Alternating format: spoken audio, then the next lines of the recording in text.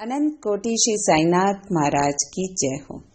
आज हम साईं सचित्र के अध्याय नंबर 5वें का अध्ययन करेंगे, जिसमें हम चांद पाटिल की बारात के साथ श्री साईं बाबा का पुण्य आगमन, अभिनंदन तथा श्री साईं शब्द से संबोधन, अन्य संतों से भेंट, वेशभूषा व नित्य कार्यक्रम, पादुकाओं की कथा, मोहिद्दीन के साथ कुश्ती, मोहिद्दीन का जीवन परिवर्तन, जल का तेल में रूपांतर और मिथ्या गुरु जोहर अली जैसे विषयों का विवरण करेंगे। जैसा कि गत अध्याय में कहा गया है कि मैं अब श्री साईं बाबा के शिरडी से अंतर्ध्यान होने के पश्चात उनका शिरडी में पुनः किस प्रकार आगमन हुआ, इसका वर्णन करूंगा। चांद पाटिल की बारात के साथ श्री साईं बाबा का पुनः आगमन। जिला औरंगाबाद निजाम स्टेट के धूप ग्राम में चांद पाटिल नामक एक धनवान मुस्लिम रहते थे। जब वे औरंगाबाद जा रहे थे तो मार्ग में उनकी घोड़ी खो गई। 2 मास तक उन्होंने उसकी खोज में घोर परिश्रम किया, परंतु उसका कहीं पर भी पता न चल सका। अंत में वे निराश होकर उसकी जिन को पीठ पर लटकाए औरंगाबाद को लौट रहे थे। तब लगभग 14 मील चलने के पश्चात उन्होंने एक आम वृक्ष के नीचे एक फकीर को चिलम तैयार करते देखा, जिसके सिर पर एक टोपी, तन पर कफनी और पास में एक सटका था। फकीर के बुलाने पर चांद पाटिल उनके पास पहुंचे। जिन दिखते ही फकीर ने पूछा कि यह जिन कैसी। चांद पाटिल ने निराशा के स्वर में कहा कि क्या कहूं, मेरी एक घोड़ी थी, वह खो गई है और यह उसी की जिन है। फकीर बोले कि थोड़ा नाले की और भी तो ढूंढो। चांद पाटिल नाले के समीप गए तो अपनी घोड़ी को वहां चलते देखकर उन्हें महान आश्चर्य हुआ। उन्होंने सोचा कि फकीर कोई सामान्य व्यक्ति नहीं है, वरन कोई उच्च कोटि का मानव दिखलाई पड़ता है। घोड़ी को साथ लेकर जब वे फकीर के पास लौट कर आए, तब तक चिलम भरकर तैयार हो चुकी थी। केवल 2 वस्तुओं की और आवश्यकता रह गई थी। एक तो चिलम सुलगाने के लिए अग्नि और द्वितीय साफी को गीला करने के लिए जल की। फकीर ने अपना चिमटा भूमि में घुसेड़कर ऊपर खींचा तो उसके साथ ही एक प्रज्वलित अंगारा बाहर निकला और वह अंगारा चिलम पर रखा गया। फिर फकीर ने सटके से जो ही बलपूर्वक जमीन पर प्रहार किया तो ही वहां से पानी निकलने लगा और उसने साफी को भिगोकर चिलम को लपेट लिया। इस प्रकार सब प्रबंध कर फकीर ने चिलम पी और तत्पश्चात चांद पाटिल को भी दी। यह सब चमत्कार देखकर चांद पाटिल को बड़ा विस्मय हुआ। चांद पाटिल ने फकीर ने अपने घर को चलने का आग्रह किया। दूसरे दिन चांद पाटिल के साथ फकीर उनके घर चला गया और वहां कुछ समय तक रहे। पाटिल धूप ग्राम के अधिकारी था और बारात शिरडी को जाने वाली थी, इसीलिए चांद पाटिल शिरडी को प्रस्थान करने का पूर्ण प्रबंध करने लगे। फकीर भी बारात के साथ ही गए। विवाह निर्विघ्न समाप्त हो गया और बारात कुशलतापूर्वक धूप ग्राम को लौट आई, परंतु वह फकीर शिरडी में ही रुक गया और जीवन पर्यंत वहीं रहा। फकीर को साईं नाम कैसे प्राप्त हुआ?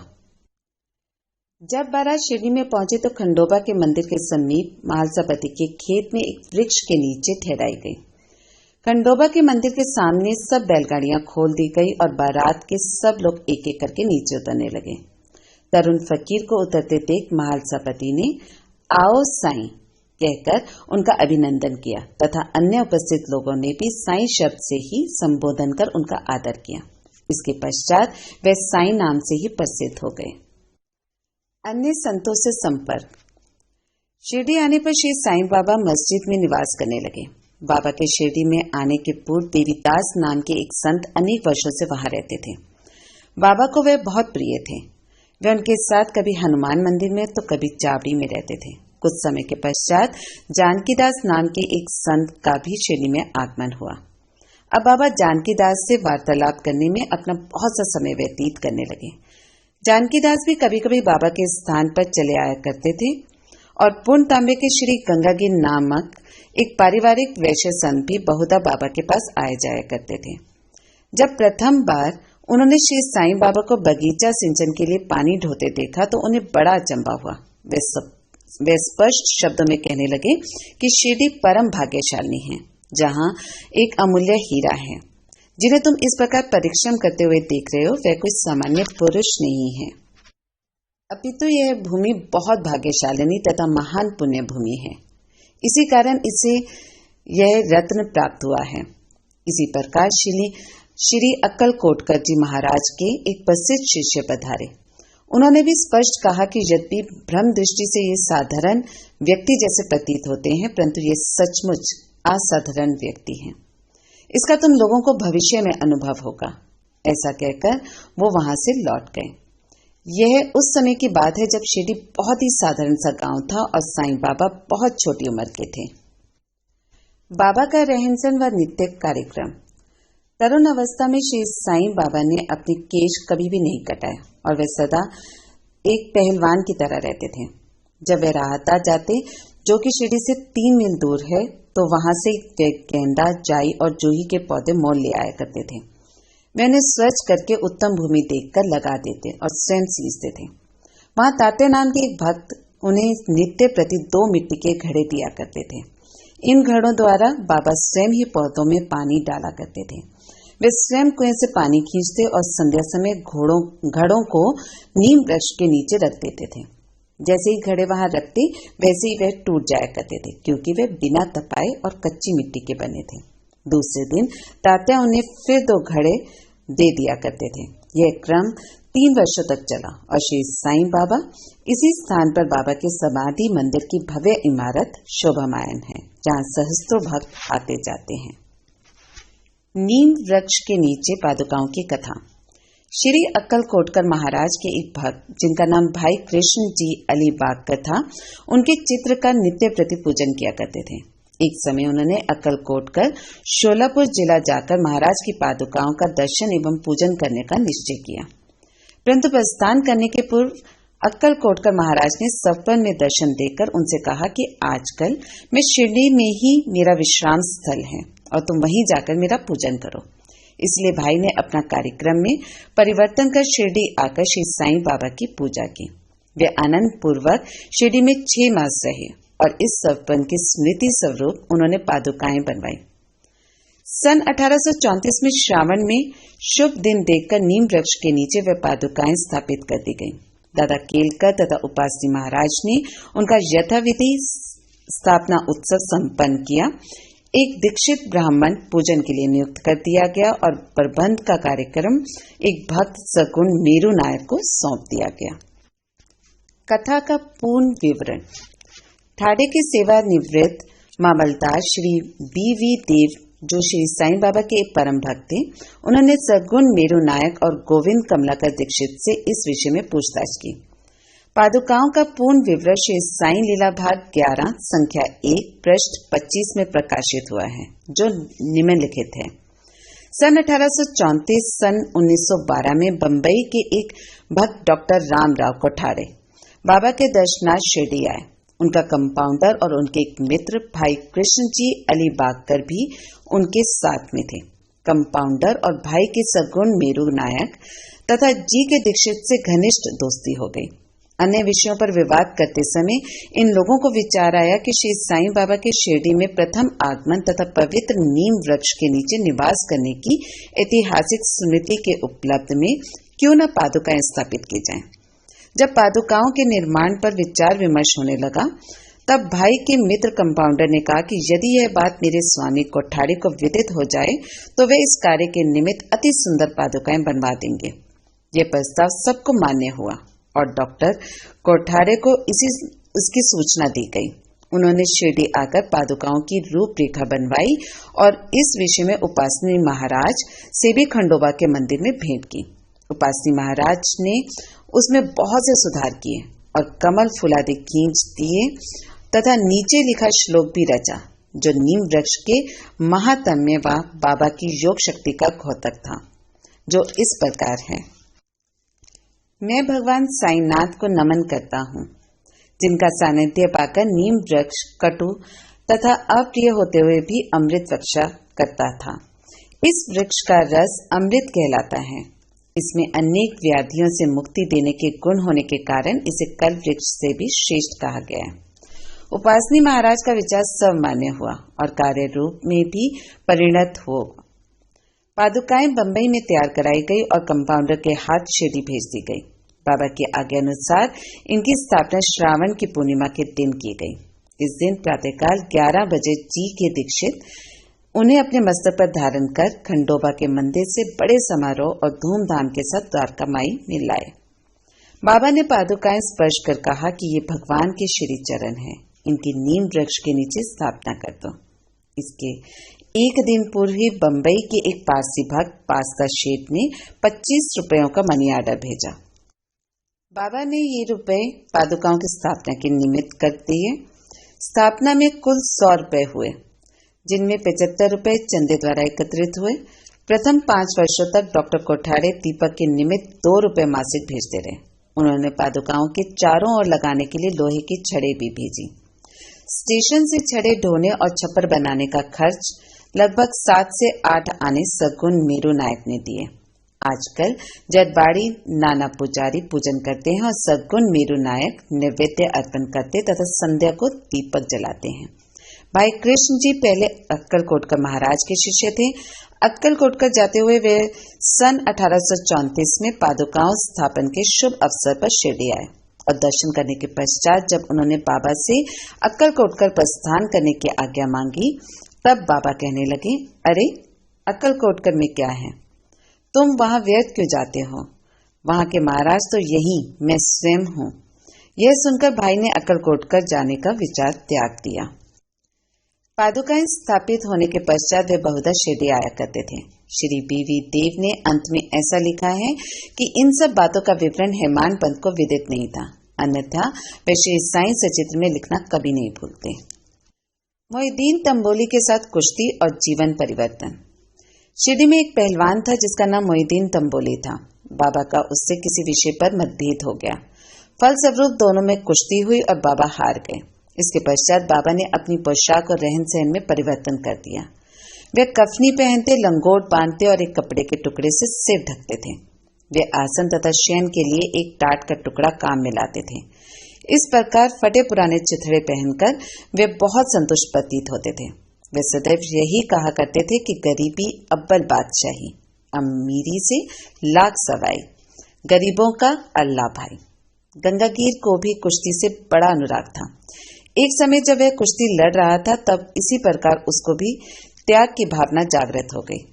इसी उपयुक्त अवसर पर उसे देववाणी सुनाई दी कि भगवान के साथ खेल, भगवान के साथ खेल में अपना शरीर लगा देना चाहिए।